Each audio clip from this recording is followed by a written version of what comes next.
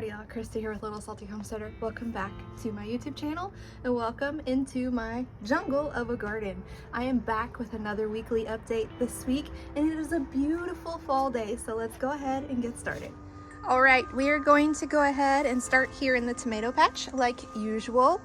There isn't anything different in these two beds other than a ton of growth. We had almost 3 inches of rain this week across 2 different days. So everything is just super green and lively. And we have so many eggplants that are growing now all the way down this bed. There's several eggplants. There's one over here. So that is really exciting. Everything in this bed is doing really well. If you have watched any of the other weekly updates, you'll know that this one is mostly broccolis with some cauliflowers down the middle here. And these are all looking really good and healthy. I did fertilize earlier this week with some blood meal and some earthworm castings. The rain came through and helped soak that in, so we should start to see a ton of growth here soon. We can see some of the lettuce sprouts from the chaos sowing that I did, so we should have some lettuce intermingled in here. There are a few carrots that are doing all right. They're still growing right along, so that's good. Here's some more carrots here. You can probably see relatively easily. Some lettuce here. The cowpeas are doing really well. There's still something that's eating them at night, comes and grabs 1 or 2 and makes off with them. So it's been interesting trying to battle that. The tomatoes are doing really well. The temperatures have dropped into the 80s. So I'm hoping that we will see lots of fruit set here because, as you can see, we have plenty of blooms. They were recently fertilized, so you know they have nutrients. They've been watered, so we just need the weather to cooperate. There's a little baby right there, so yay. This one is the porter tomato, so that's not surprising. And then the black beauty eggplant and the dog chasing bees. Lisata de Giandia, more of those eggplants that are growing. This purple basil is forming quite the mountain here, so just stop and admire this for a second.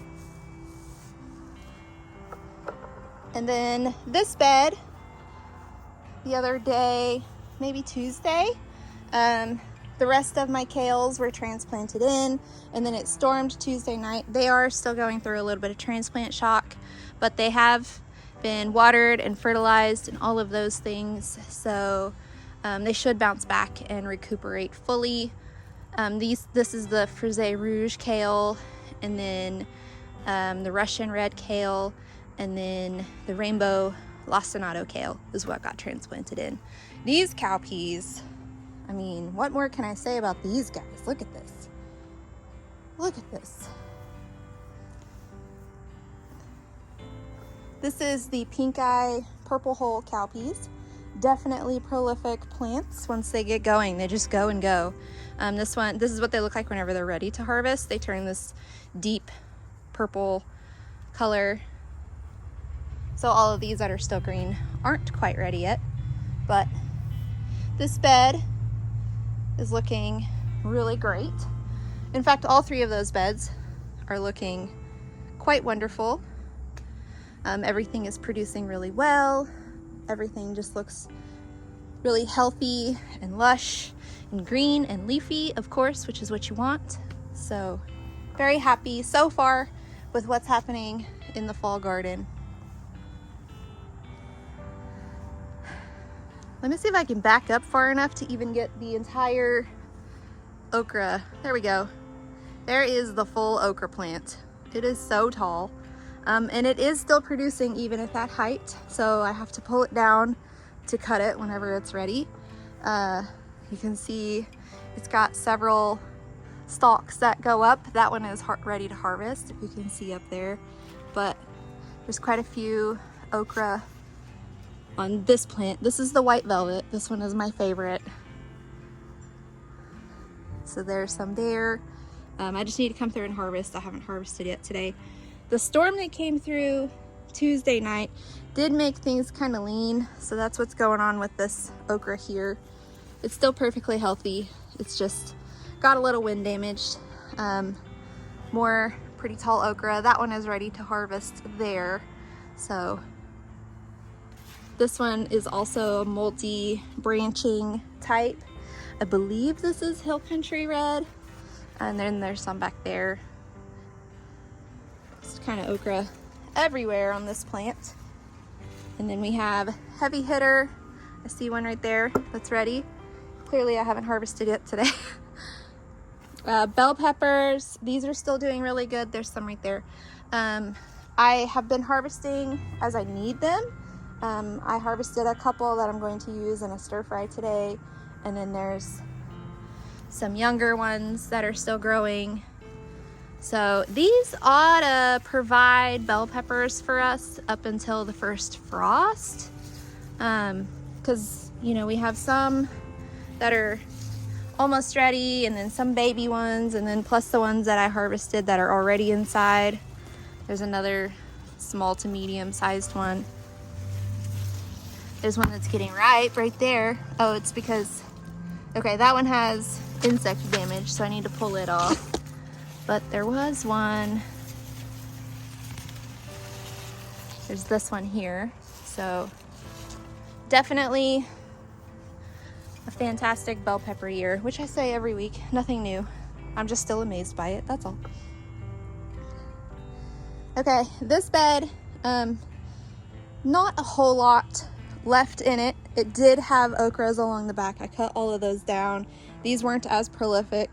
Some got knocked over in a storm and I couldn't get them to stand back up, and they were leaning way out into the yard and it was kind of impeding our ability to mow. So I just cut them down and made space for root vegetables to be planted in here.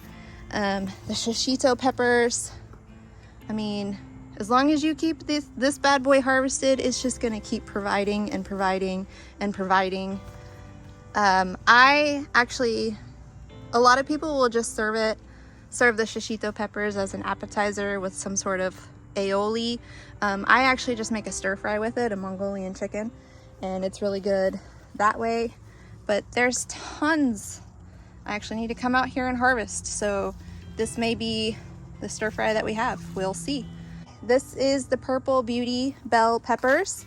The storm made these guys lean forward too, but they also have a ton of bell peppers on here, so I probably need to trellis them and give them some support, because there's several Purple Beauty bell peppers on here, and then there's a ripe one here that I need to go ahead and harvest. So this one has been much later producing than the other bell pepper.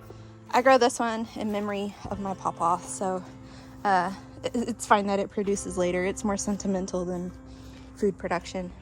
Purple Ruffles basil. Now that it's getting sunlight, it's really putting on a ton of new fresh purple leaves, and look at the serration on these. I love this one so much. I did chaos sow some root vegetables in here, but most of them did not, nothing happened with most of them, as you can see here.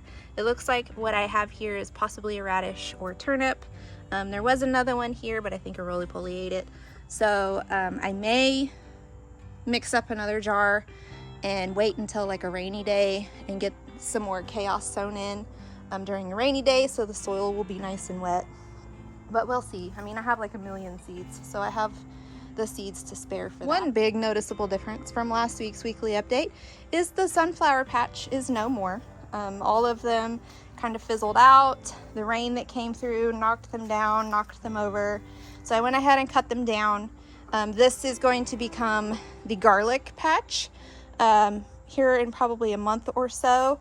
What I need to do is fill these with some compost, or amend them with some compost and some fertilizer, get them ready for the garlic to be planted in. whenever I plant the garlic, I'll cover them with more compost and then some more straw mulch, probably a good few inches of straw mulch there to protect them during the coldest of the temperatures. And then come May, late May, early June, we should have garlic coming out of there. So that'll be really exciting. All right, here we have the flower chaos. It's a very chaotic flower situation happening for multiple reasons.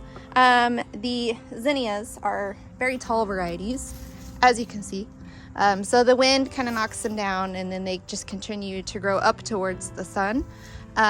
Also, the spider lilies that were blooming are all fizzling out. So you can see here what that looks like. And then the stem just kind of falls off, and I'm just leaving it to decompose back into the soil. The tiny little baby plants is where I chaos sowed some cover crop. There are several different things happening here. Crimson clover, Japanese red mustard, daikon radish. I'm trying to remember. I also did sow in very little brown mustard and even less Takayun buckwheat. I only had a few seeds for that, so I don't even know if it germinated or not. So I'm just kind of letting all of those grow for different reasons. The radish helps break up the heavy clay.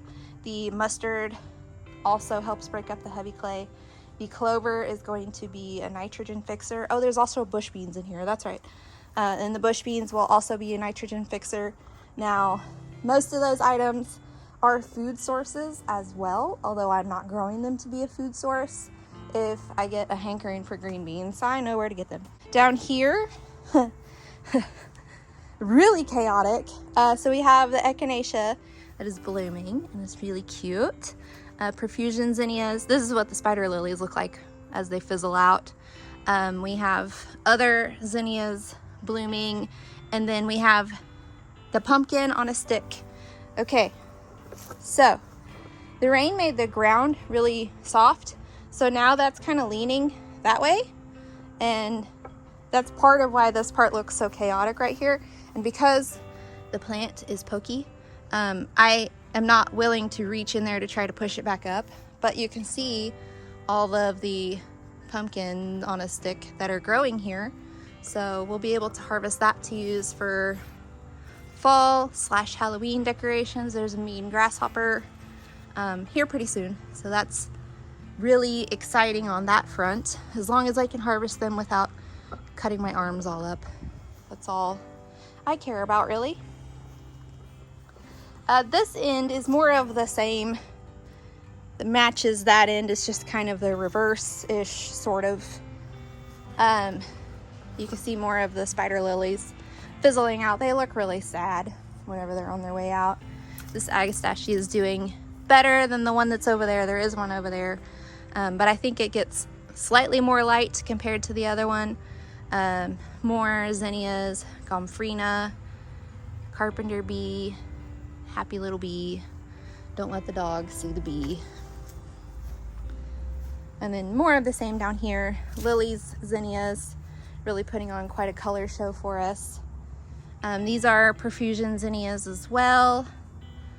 These are profusion zinnias. Lots of those because they make like a nice border plant because they stay relatively short compared to the other zinnias. And then of course there's more cover crops planted throughout here. I do have some snapdragons that are currently hardening off that will get transplanted into this chaos in about 2 weeks. So those will kind of overwinter in the flower bed, and then come spring they'll be good and established to be able to grow lots of flowers. Did you catch one? You could always tell when he catches one because they sting him. Otis, stop. It's a beautiful day, so there's lots of bees fluttering around. All right, cowpeas. More cowpeas. Some of these plants are kind of starting to fizzle out, so I've just been pulling off any, like I can pull this one out. It has a couple of completely dried peas on there. I could pull that one out, clearing some of the pockets. I have some bok choy that is going to need a home. So I think I'm gonna plant it into here. This is perfect for lettuces and leafy greens. So as these cowpeas fizzle out, I'll make space for those. Those won't be transplanted for a good 3 or 4 weeks yet. So not really rushing to get the cowpeas out of here because I am still trying to build up my stock of homegrown look.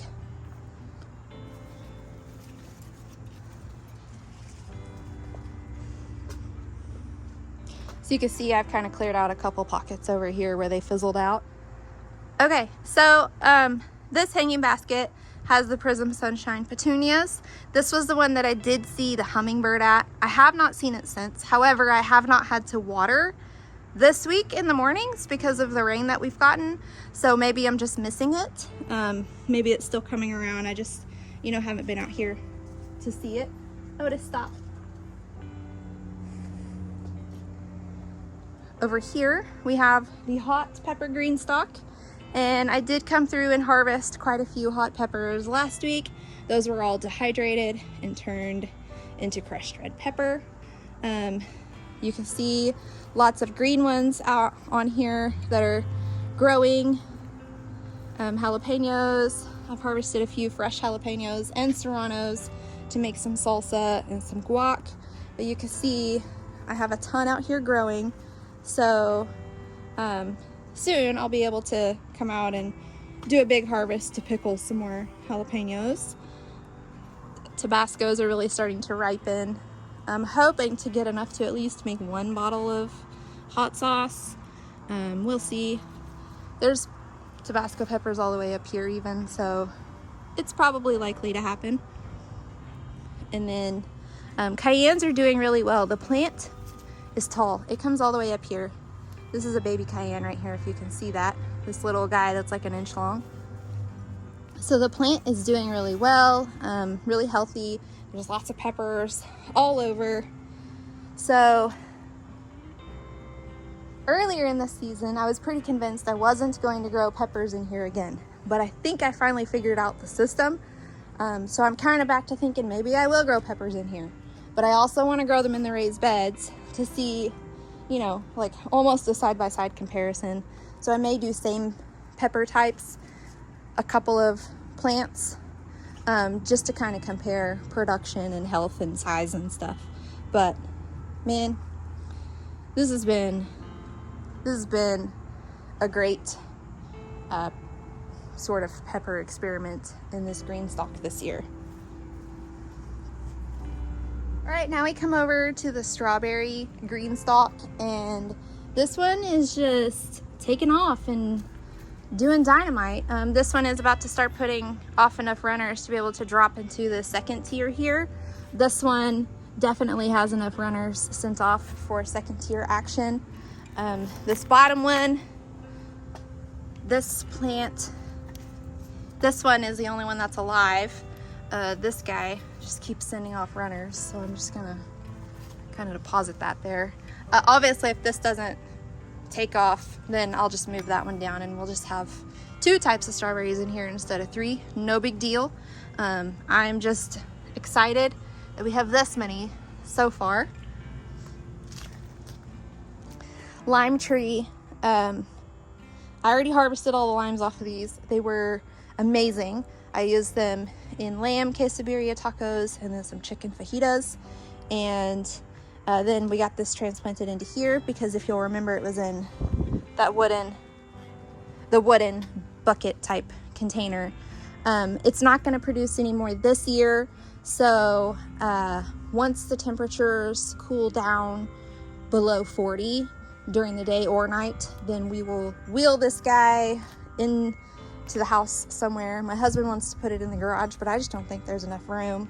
So we'll see. Hodgepodge green stalk. So I was having a big issue with this green stalk on this side with the peppers.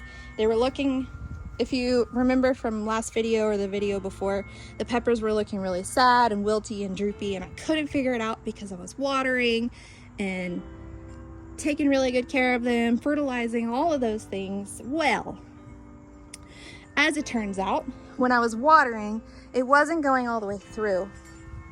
Some leaves had fallen off of the tree into the top of here and had clogged some of the holes. So water was just like sitting in here and I couldn't see it from where I was watering from. So it took me a few days to diagnose the issue. I've cleared it out. Water drains now.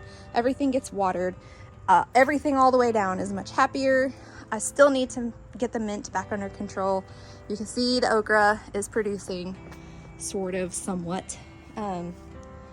But next year, I'm thinking that this one will become just like straight up herbs, whether it's medicinal or culinary, because the way that the sun hits this one is so incredibly brutal that it is harsh on most vegetables.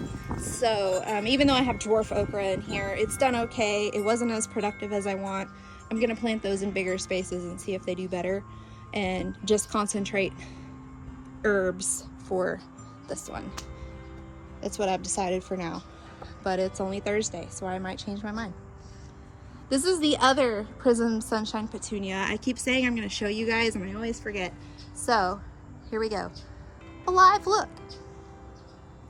This one's doing really well, and it gets hit by the sun all day. Like once the sun is up over the fence, it is just getting sun, sun, sun, sun, sun all the way until the sun sets. So it has survived 100-degree temperatures, high 90s. Now it's the 80s, so it really ought to do well. But that is the late September garden, and I have to say it is quite lovely compared to years past, weeks past, months past. It is doing quite well, quite happy, really thankful for all the rain, because it kind of give everything a bath. So it may not necessarily be growing more, but it looks like it's growing more because it washed all the dirt off. All right, but that is all I have for you today for this week's weekly update. If you would like to see how this fall garden and all future gardens progress from week to week, please like, subscribe, comment, do all those different YouTube things. It's greatly helping my channel to grow. But until next time, go find a way to get those garden manicures. Bye.